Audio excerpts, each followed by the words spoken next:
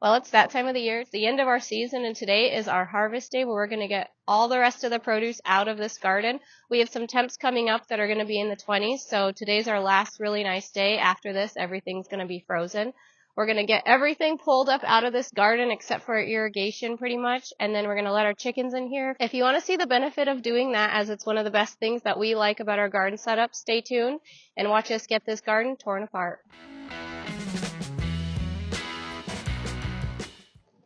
Starting with getting the last of these kohlrabis out of here. These keep for a long time in the fridge, so I want to make sure not to let these go to waste. And these are kind of our last little ones that never really got that big. Like I said, these are the last little few kohlrabi, and they're pretty small. We've definitely been picking these and taking them with us to the farmer's market up until this point, but we like to get every little bit of goodness out of this garden before it's all said and done, and the rest of it just turns into compost and chicken food. So we wanted to make sure to get these last few little kohlrabis into our kitchen. Everything's really dwindling. Now we're on to onions. Everything in this garden is looking like it is just about done, as you can probably see from the footage. We have decided to leave these onions until the last little bit here, as these were started from onion bulbs this year and didn't get nearly as big as we had hoped. We normally start our onions from seed, but I had a mishap and ended up killing all of our onion seedlings this year, so we ended up with onion bulbs. And to try to get them as big as possible, we left them in as long as possible. We have also been harvesting some of these and taking them with us to the farmer's market up until this point. All of these are ground cherries that are littered on the floor here that we are not going to get to enjoy because there's so many of them. They're pretty good though. I had definitely heard that you can grow bigger onions by starting them from seed, and this year was proof of this for us. Since we started these from onion bulbs, or onion sets is what they're called, they were just much smaller than anything we typically grow, and I'm really looking forward to having a better onion crop in the future and not messing up this part of our garden next year. I also am sorting these onions as I'm harvesting them. You can see the ones I'm pulling right here. They don't have very good tops on them, so we're just going to keep the onion bulb.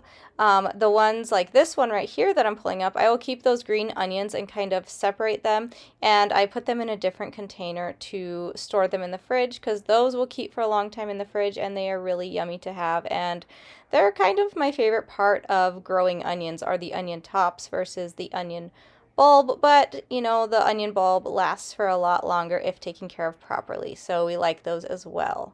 Alright, well this is our last little bit of our onion harvest for the year after going to the farmer's market. Now we are on to taking down this arched trellis. We wanted to make sure to get this out of the ground as well as those T-posts out of the ground before our ground froze. This was really important to us this year to make sure we got this all taken apart, and we did it before the ground froze, which was really awesome. It was kind of a big job to put it together and definitely came down a lot easier than it went together. Now I am pulling up some soaker hose to get some more carrots dug in this portion of the garden. There we go. I have the garden line out of the way. Meanwhile, we've been harvesting some teeny tiny carrots and some little shallots, and we finished the rest of the onions. So more carrots. This is my favorite way to do carrots when I'm doing a bunch of them. Pretty rainbow mixed carrots.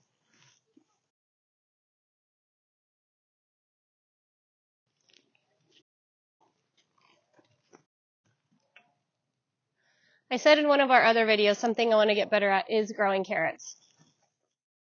Our carrot harvest this year was definitely not what I had hoped for. We've grown a lot better carrots in the past, and I guess I'm going to make sure we get a really good variety in the future, and then also thin carrots. This year we did not thin carrots at all. We just kind of threw them in the ground, made sure they had water, and set them and forget them. They did get one thorough weeding in each little area where we had planted carrots, but that's about all we did. So next year I would like some improvements in this area. These are nice items to take to the farmer's market. They add a lot of color to our table and they're good to have. Here's the last of our little carrot harvest. We've definitely been pulling these as the seasons went on, but we got to get them out of the ground today. Some really small ones in here, so we'll have fun going through and pulling these all apart and getting them ready to store for the winter. The final garden pick is definitely a group effort. Here we are, still working on the arch trellis, getting it all taken apart, while also harvesting other various things in the garden. It is a lot, it's a scramble, but since we've been picking the garden throughout the season very often, it's not as bad as it's been other years. Other years, it's been just a giant scramble to get everything in the house and out of the cold weather, but this year it was a little bit more relaxed, honestly. Here I'm going around picking our last little eggplant, and this is what we got. We decided to pick them because the chickens probably won't eat those. Now I'm going around and picking the last little few things like some radishes. Here we go, there they are.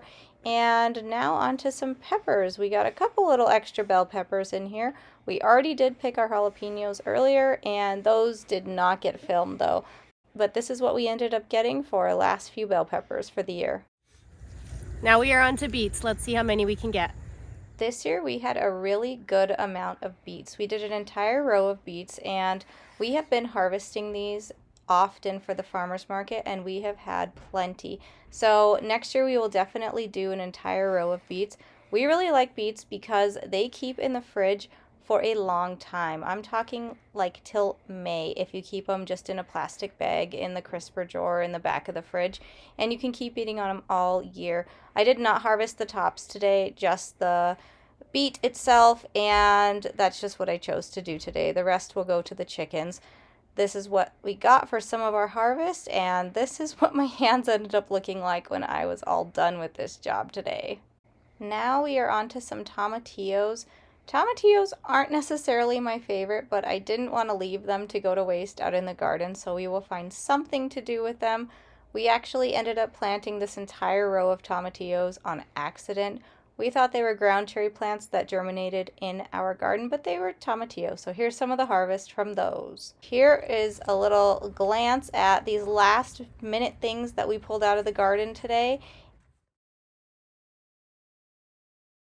So this is our plan of attack for today. We have two different fenced off areas. One is the garden and one is the yard the chickens have currently been in. We are going to be opening up the fence in the middle and letting the chickens go into the garden. Eventually we will move their movable chicken tractors over into the garden, and we're also going to be separating two different batches of chickens so that we know which ones are older and which ones are younger. So this is the little chicken tractor that these baby chicks have been staying in, and now they're teenage chicks, so we really need to get them out of here. We had been moving that around the yard to various parts, but it's time to get them mingled in with the other chickens in this area of the yard. So to do this, well, we just dove in and started doing it. We pulled each chicken out and carried it over to the other coop you can see in the background there, and we put them in a little enclosed area inside of that coop. That's our original chicken coop that we made when we first got chickens, and it's held up a long time. We did change the design quite a bit for our other chicken coop, and we are just getting those chickens into this little pen, and we're going to put them in here so that they can get acclimated to this new environment and so that the other chickens can get used to seeing them in here. One at a time. This definitely took a while to get all of these chickens in here. We have some Eggers in here, some Rhode Island Reds, some Black Australarps, and some White Leghorn chickens. Well, they are all in their new temporary home. They will not stay inside of the coop like this. This is just temporary so that they can start roosting inside of the coop here. This is also a good way for them to get acclimated and used to the chickens, the older chickens. As you can see, there's one over there. And this is just a good way for them to get to know each other, I guess, before they're all together. Our plan is to place a band on each one of these chickens' legs so that we can keep them separated from our other chickens once they get older, so that we can tell them apart in the future. Here's a look at the other coop. It has a solar panel for light, so they keep laying all winter long. And it has nest boxes. They could use some new bedding. There's one laying right here. All the way on both sides. And it is also a chicken tractor, so we can move it around and fertilize different areas of the yard. And also not keep it in the same place. So that means no chicken cleanup chores, which I love. I'm going to open this just a section, a gate, a fence here to make kind of a gate so that you can go through and get into the garden and scratch around, pick around, get some vegetables that we left in the garden. Because it's going to freeze and we don't need any more of it right now. This fence is kind of just tacked up here with zip ties because we do this every year. In the winter, we close it back up to keep the chickens just in the garden side too. Because we don't really want them going back in the orchard side. And we want them in the garden fertilizing the garden. Yep. So it's kind of a win-win-win because this is probably their favorite day of the year. The day they get to go get all those scraps. Okay. The fence is open. All right, time to herd some chickens. You ready? Mm-hmm. Here we go, getting some chickens herded into the garden area, and it's time for them to feast on all of those scraps once they get in there.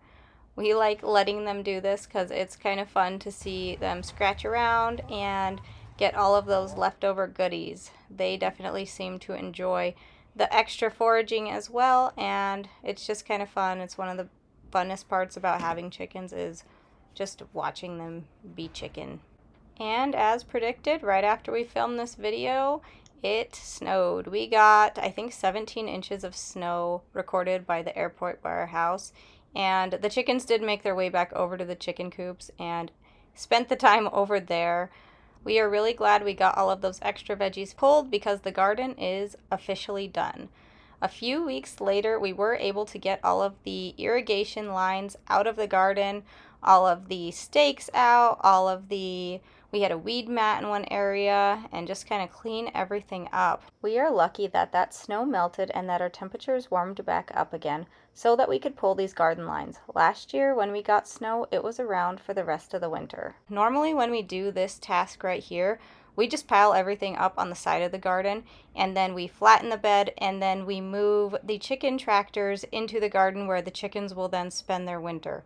But this year was kind of a little bit different. We are actually going to be moving to a new farm and nothing's done until it's all said and done and the papers are signed, but that sounds like it's the plan right now.